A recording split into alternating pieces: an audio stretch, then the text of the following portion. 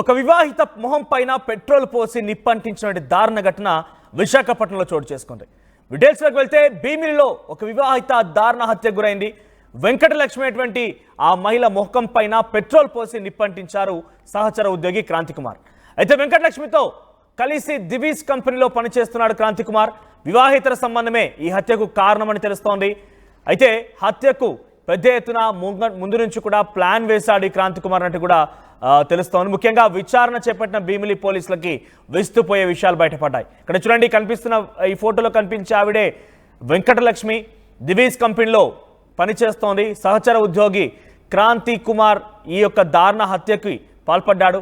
వీటన్నిటికీ కారణం వివాహేతర సంబంధం తెలుస్తోంది. మొహం పైన పెట్రోల్ పోసి నిప్పంటించాడు. సో అక్కడ ఆ మహిళ ఎంతలా విలవిలాడిపోయి ఉంటుంది, ఎంతలా అరిచి గగ్గోలు పెట్టి ఉంటుంది అర్థం చేసుకోండి. భీమిలి ప్రదేశంలో చోటు చేసుకుని ఇక్కడ పోలీసులు తిరుగుతున్నటువంటి ఆ ప్రదేశమే అంతా. అక్కడ ఏదైతే ఈ దారుణ హత్యకు గురైందో ఆ హత్యకు గురైనటువంటి ప్రాంతం అంతా కూడా నిర్మానుష ప్రాంతంలో ఇదంతా జరిగినట్టు తెలుస్తోంది. దీనికి సంబంధించి మరిన్ని డీటెయిల్స్ మా ప్రతినిధి శివరామకృష్ణ అందిస్తారు. Sivaramakrishna, over to you. Visakha Bheemili Dakamarri దగ్గర అనుమానాస్పదంగా ఒక మహిళ అయితే కాల్చి చంపబడింది. అయితే ఎందుకు చంపబడింది అని చెప్పి నిన్న పోలీసులు ఆరా తీయడంతో తాలూకాలో మిస్సింగ్ కేసు నమోదైంది. వాళ్ళ అబ్బాయి పోలీస్ స్టేషన్ ఆశ్రయించడంతో ఈ ఉదంతం బయటకు వచ్చింది. మనతో పాటు వాళ్ళ అబ్బాయి ఉన్నారు. అమ్మ, అసలు ఎప్పుడు జరిగింది, మీకు ఎలా తెలిసింది? మేము 9 కల్లా బయటికి వెళ్ళింది ఇంటి నుంచి. నిన్న 9 తర్వాత ఎన్నిసార్లు కాల్ చేసినా లిఫ్ట్ చేయట్లే. ఇంకా కానూరి వెంకటలక్ష్మి నిన్న సాయంత్రం వెళ్ళి పోలీస్ స్టేషన్ కంప్లైంట్ ఇచ్చాం. మా బాబాయ్ అన్నీ వెళ్ళి అక్కడ మిస్సింగ్ కేసు అని వెళ్తే అక్కడ ఫోటో చూపించారు. ఈ ఫోటో ఇది మీ మమ్మీ అయినా మిస్సింగ్ అయ్యారని భీమిలిలో. మా అన్ని స్పెట్స్ చూశాడు. స్పెట్స్ మా ఆమె ఇంటికి వచ్చారు పోలీసులు నాతో ఇంటికి అన్నితోని. వచ్చిన తర్వాత ఏమో మా అమ్మాయి అని నేను చూశాను. స్పెట్స్ చూసావన్నీ మా అమ్మని కన్ఫర్మ్ అయింది. ఎప్పుడు 10:30కి. తెల్లవారా నైట్. మీకు ఎప్పుడు తెలిసి? నేను తెల్లవారు తెలిసిందా? నిన్న సాయంత్రం 7:30 అలా. సరే చెప్పండి, మీరు అమ్మాయి ఏం పేరు? వెంకటలక్ష్మి. ఏ ఊరు సార్? మాది గంగచోలపేంట. ఎక్కడ సార్ అది? గైతన మండలం, విజయనగరం జిల్లా. ఇప్పుడు మీ అమ్మాయి అల్లుడు అల్లుడు చనిపోయి చాలా రోజులు అయిందండి, 10 సంవత్సరాలు అయిపోయింది. మీరు ఇక్కడే ఉంటున్నారు? అమ్మాయి లేదు సార్, మేము గంగచోలపేంటలో ఉంటున్నాం. విషయం తెలిసిన తర్వాత వచ్చినాం. మనవాళ్ళిద్దరు ఏమన్నారంటే, తాతయ్య అమ్మకు ఫోన్ చేస్తే నైట్ వెళ్ళింది, ఫోన్ చేస్తే మరి ఎత్తలేదు, ఏంటంటే గాబరా ఉందంటే రా అంటే నేను ఈ టైంలో రాలేనురా అని సార్. అంతే, తెల్లవారు వచ్చాను.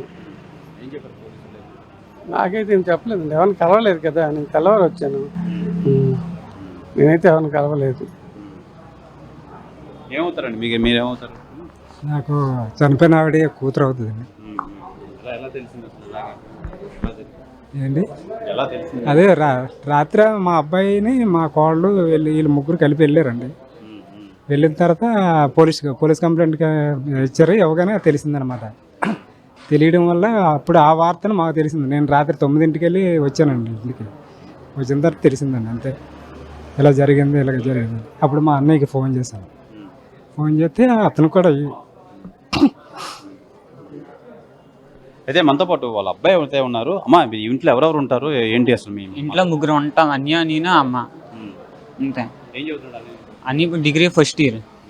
నేను 10th ఇప్పుడు ఈ సంవత్సరమే పాస్ అయ్యాను. ఇంటర్కి జాయిన్ అవుదాం దగ్గరలో ఉన్నాను. అమ్మ బాగా చూసుకుంటారు? బాగానే చూసుకుంటారు. ఎక్కడికని చెప్పారు? అదే ఊరు బాగా గుర్తుంటే ఊరికి వెళ్తానని చెప్పారు. వచ్చేస్తున్నా రేపు అంటే రేపటి నిన్న సాయంత్రం 8 కల్లా వస్తాను అన్నారు.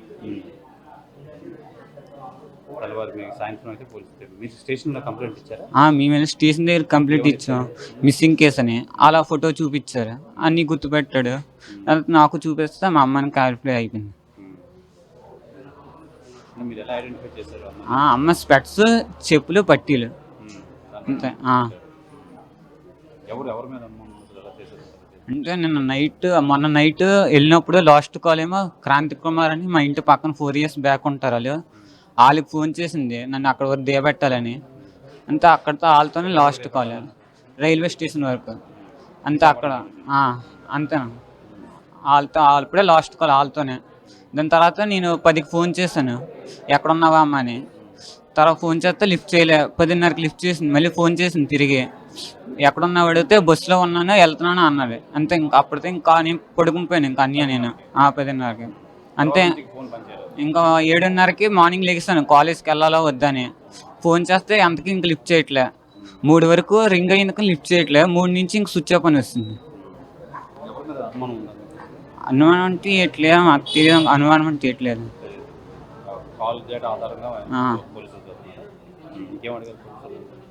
ఇంకేట అడగలేదు, ఒకటే అడిగారు అంతే. ఎలా లాస్ట్ ఏట్ అయింది ఇవన్నీ అంతే, సేమ్ ఇవి అడిగారు. కానూరు వెంకటలక్ష్మి.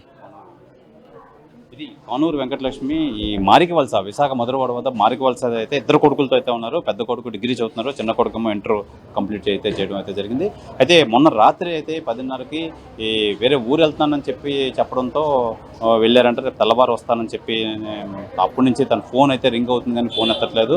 అయితే మేము మిస్సింగ్ కేసు అయితే పెట్టాం. మిస్సింగ్ కేసు పెట్టడం, అలాగే ఈ భీమిలి దాకమర్రి అయితే మహిళ హత్య ఉదంతం బర్న్ అయిపోయి ఉండడంతో గుర్తుపట్టలేని పరిస్థితిలో అయితే ఈ మిస్సింగ్ కేసు ఆధారంగా పోలీసు వాళ్ళు వాళ్ళిద్దరు పిల్లల్ని తీసుకెళ్ళి చూపించడం అయితే జరిగింది. అయితే ఎవరైతే వెంకటలక్ష్మి ఎవరైతే ఉన్నారో కలద్దాలో పట్టీలు, దాన్ని బట్టి అయితే వాళ్ళ కొడుకులు అయితే ఐడెంటిఫై అయితే చేయడం అయితే జరిగింది. అయితే ప్రస్తుతం ఇప్పుడు కేజీహెచ్ మార్చరీ శవపంచనామా అయితే జరుగుతుంది.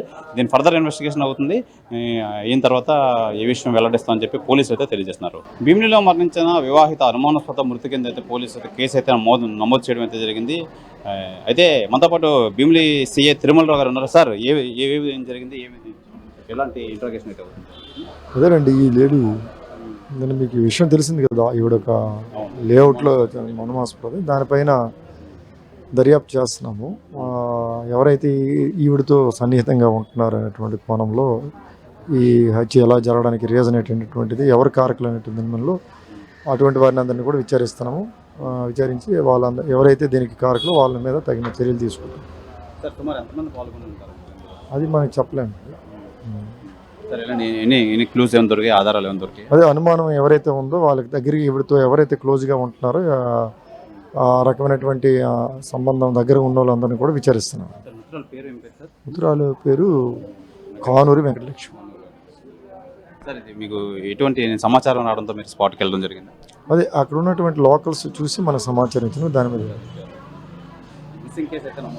ఇనిషియల్ మిస్సింగ్ కాదు, మర్డర్ కేసే వీళ్ళందరినీ ఆటోమేటిక్గా ఆవిడ ఐడెంటిటీ తర్వాత తెలిసింది మనకి. ఈవిడ అన్నీ మనం సోషల్ మీడియాలో అన్నింటిలో పెట్టాము. సో అక్కడ ఉన్నటువంటి ఈవిడ వాడే కలద్దాలు, డ్రెస్సు, ఈవిడ వేసుకున్న చెప్పులు, బిలాంగింగ్స్ అన్నిటినీ కూడా మనము వెళ్ళడం వల్ల ఈ మిస్సింగ్ అయినటువంటి వీళ్ళ మదర్ రాకపోవడం, ఇంటికి వీళ్ళు పోలీస్ స్టేషన్కి రావడం, ఇవి చూసి వచ్చిన తర్వాత మనకి చెప్పడం, ఇవన్నీ వాళ్ళు చూపిస్తే వాళ్ళ మదర్గా పిల్లలు వాళ్ళ ముందుగా ఐడెంటిఫై చేశారు వాళ్ళ అమ్మగారిని. దానిపైన మనం అదే ఆ వేలో అనుమానితులను మనం అందరిని విచారిస్తున్నాం అండి. ఎవరైతే ఉంటారో వాళ్ళ మీద యాక్షన్ తీసుకుంటాం. తొందరలోనే మీకు ఏదైనా క్లూ ఉంటే మీకు చెప్తాం.